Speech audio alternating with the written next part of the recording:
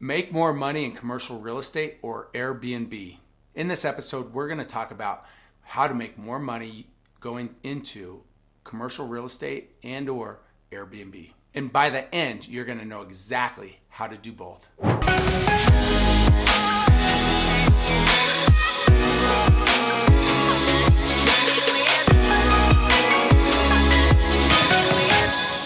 So both of these are things that I've been doing for a while, commercial and Airbnb.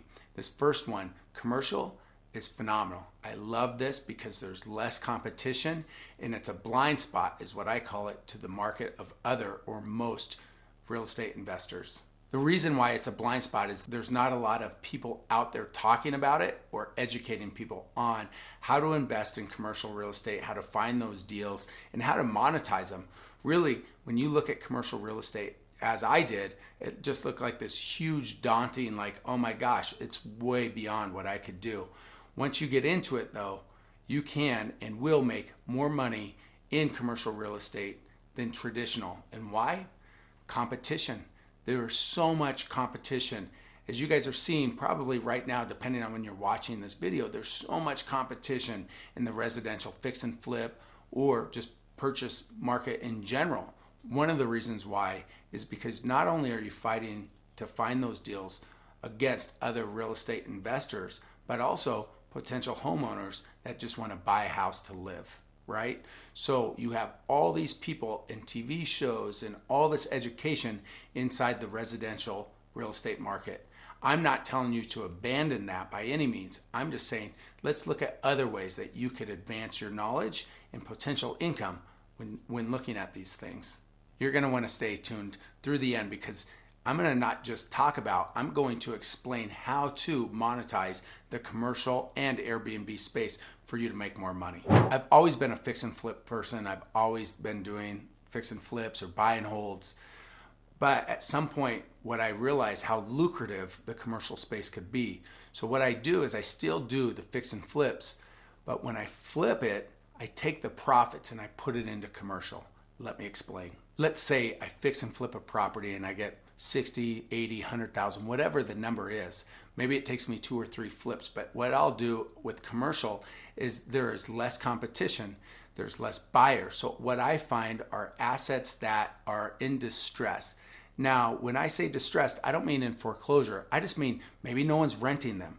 So let's talk about office, for example, just for a second. In office space, what I'll look for is like, can I divide this space up? What is the highest and best use for this space? I'll tell you how I got started with commercial real estate investing. I didn't want to have a bunch of risk out there and take on too big of a project. So I found a smaller 2,000 square foot building that had approximately six suites in it. And instead of leasing out the entire space for X amount of foot, what I did is I leased out each space for a premium. So I got about 3 times the amount of rent versus just renting it to one tenant. But I also limited my risk. How did I limit my risk? Let's say a tenant leaves. All right. If I rented out the entire space, I would lose all that income. Now, if I rent it out suite by suite and I lose one tenant, I only lost 1/6 in that example. I couldn't afford the financial risk to take on a big additional mortgage and have a tenant potentially leave. So in this case, I upped my monthly upside by doing per office rentals or executive suites. And then if someone moved out, I limited my risk as well. So I got the higher upside. And if something happens, I'm not feeling that if that tenant leaves. In fact, I'll rent that space out every single time. And there's usually a waiting list if you do it right. Okay, just depending on where you're at as an investor, what's your bandwidth for risk is really what it is. Ultimately, if you see my videos, you may think, oh, this guy's taking all this risk. I'm really a conservative investor as far as like, I don't like to take crazy risk.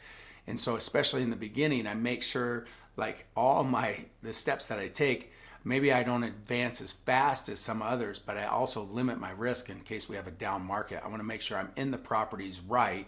I want to make sure I have the right type of tenant and the most amount of upside potential on those properties. Typically on Residential, you have bigger expenses than commercial. You have kitchens and all these things that you have to rehab. On commercial, it could be much easier. I'm focused more on the facade because people are going to come in and customize it, or as we call it, tenant improvements. They're going to make improvements to the property. They typically spend their own money, or you give them some sort of allowance. They usually exceed that allowance by quite a bit in some cases, but they have to build that property out for themselves for the use, right? So tenant improvements. The other thing that's beautiful is residential, you have annual leases, right? So let's say you have 100 properties over time, which I hope you do, and then some. You have 100 leases that you have to renew every year. Commercial, you could do 3 or 5 year leases with options to extend those for another 3 or 5 years. So kind of like the set it and forget it, I'd rather move on from that property and continue with the next one. Also, I don't take care of the typical improvements. Let's say, for example, on a commercial lease, if the air conditioner goes out, guess who's responsible for it? Nope, they are, right? They're responsible for their own improvements, or if things go wrong on the property, maybe the roof you're taking care of, but usually those are outlined in the lease. And that you could even have them pay your triple nets, which would include things like property taxes and maintenance and things like that. Those just pass through to your tenants. So on a residential, you're responsible for the air conditioner and things like that typically. So that means, what's that mean? More time, energy, and money in your pocket. Also, right now, with the market being so tight in residential, focusing in on commercial because some of it's depleted or a little beat up. You watch for those pendulum shifts, right? Just because people are working from home doesn't mean it's always going to be light. It just means right now, people will run from that. To me, I look at that as opportunity. So taking advantage and getting properties for a quarter of what their true value is. A quarter. Let me explain this and why I will do this all day long. I have a property right now that we're getting ready to close on that is undervalued in a quarter of what it really is worth. And let me explain that process. One, there's a couple things that are going on, and this is stuff to watch for. So I look at price per square foot. We're picking this up for about $60 a foot, and it's worth about $230 a foot. So undervalued, yes.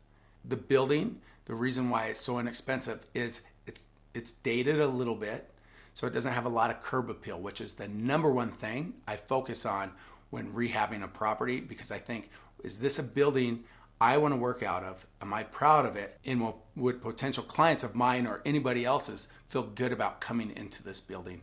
That's my number one thing I focus on, is curb appeal. Is this a place that someone would want to rent and feel good about? I ask myself every time I do a property, is this a place that I would want to go to work? And if the answer is no, then I probably need to do a better job. So to also minimize my risk, what I end up doing is I'll do a rendering of what I think the property should look like, or what I want the property to look like. And I take that rendering and I put it to market prior to me closing. Remember, I'm all about limiting risk. So I'll do a mock-up of that, maybe on 99 Designs, or if you know somebody that could go and do that, a rendering for you, great. I let people compete for it, and whoever gets the best one wins. If there's a reason why you haven't invested in commercial real estate so far, something that scares you that I'm missing here, please comment below so we could answer that for you and address those. So after I have those renderings, I go to market with it, and then I often have signed leases in hand executed by the time I close. Why do I do that? Because my lender's gonna love to see that this property's already cash flowing before I even close on the property, and that feels good, and it should feel good to you too. It's something that you should do. If you're looking into commercial real estate, make sure your property's cash flow prior to taking possession. So let's talk about Airbnb. I love vacation rentals. Vacation rentals is a great way for you to get started. It's a low point of entry. What do I mean by that? I mean, you can maximize your upside potential. Does it take a little bit more hands-on? Yes, but is it worth it? Absolutely. So on vacation rentals, what you want to look for is your area, location. Also, are you buying the property? We didn't even talk about that. You don't even need to own the property to do a vacation rental or Airbnb. But you do need to talk to the owner who's rented it out about what your model is. A lot of people are scared and don't want to talk or say, why would someone want to rent to me when I'm just going to rent it out again?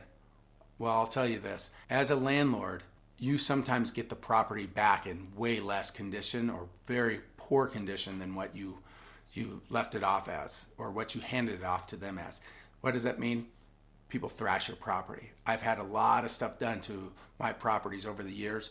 I'm not telling you to scare you, but I'm just telling to share. I've had houses vandalized and even set on fire.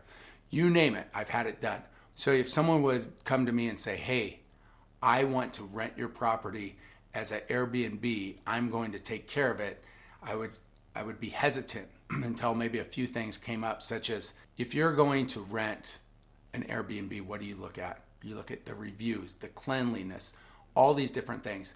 As a landlord, you could track that property and how they're treating the properties. If they have a 5-star review or 4.5+ star review, you know they're maintaining your property. What's that mean? It's always show ready. They're taking care of that property better than probably anybody else would. A tenant, if something breaks or there's a hole here or they damage stuff, they leave it. These guys are responsible for coming in and fixing those things. So that goes back to you. So these are things that you can sell a potential landlord on leasing you the property versus a long-term tenant. That being said, you could get much more per night than you can just over a 30 or annual basis. So the upside is huge, even in a market where it's difficult right now to find those properties. If you could find a potential landlord to rent to you, great. Same thing goes if you're buying. Things to look for are location, where you're at, time of year, what's going on, is there seasonal events and things like that. These are things that you need to pay attention to.